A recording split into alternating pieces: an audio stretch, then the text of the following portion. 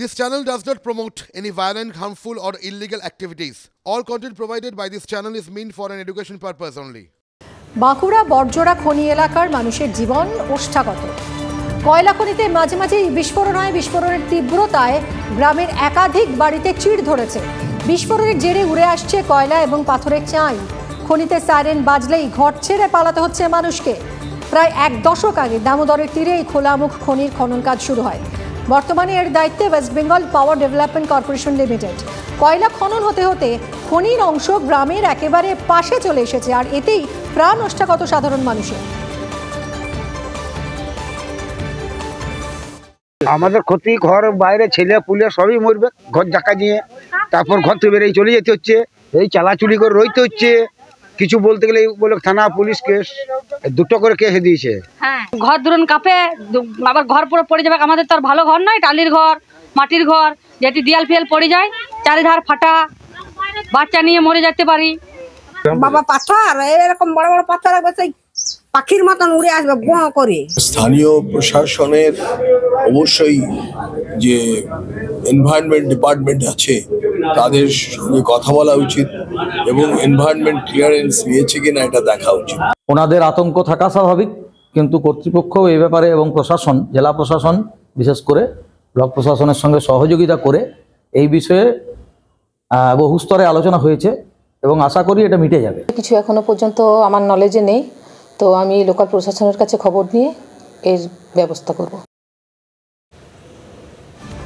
কথা বলবো আমাদের প্রতিনিধি হীরক মুখার্জির সঙ্গে।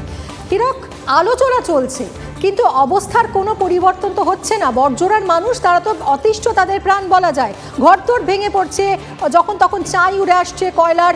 এর কি প্রতিকার, কিভাবে এরা বাঁচবেন এখানে?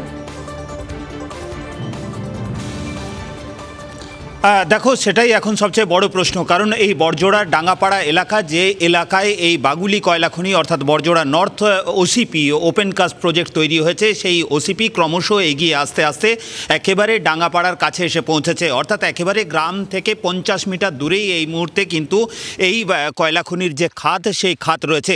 তা স্বাভাবিকভাবে কয়লা খনির যে খাদের অংশে যেখানে বিস্ফোরণ ঘটছে, কয়লার চাই উড়ে আসছে, পাথর উড়ে আসছে, এমনকি বিস্ফোরণের তীব্রতায় বাড়িঘর ফাটল ধরছে।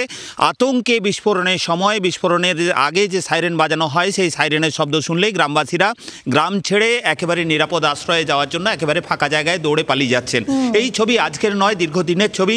বারে বারে তারা আবেদন জানিয়েছেন এবং যতবারই তারা আন্দোলনে নেমেছেন তাদের পুনর্বাসনের দাবিতে, ততবারই তাদের অভিযোগ, পুলিশ তাদের মামলা দিয়েছে, পুলিশ তাদের বিভিন্ন অন্য অভিযোগ দেখিয়ে তাদের গ্রেপ্তার করেছে।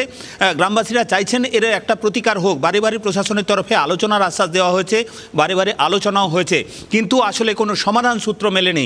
বিভিন্ন রাজনৈতিক দল থেকে শুরু করে প্রশাসনিক আধিকারিকরা তারা বলছেন যে সমস্যা দ্রুত মিটবে, কিন্তু কবে মিটবে সেটাই কিন্তু এখন এই গ্রামের মানুষের সবচেয়ে বড় প্রশ্ন। দিনের পর দিন এভাবে ঘটনা ঘটে যেতে থাকায় গ্রামবাসীদের প্রশ্ন, তাহলে কি বড়সড় একটা দুর্ঘটনা বা প্রাণহানির ঘটনা ঘটার পর তারপরে প্রশাসনের ঘুম ভাঙবে?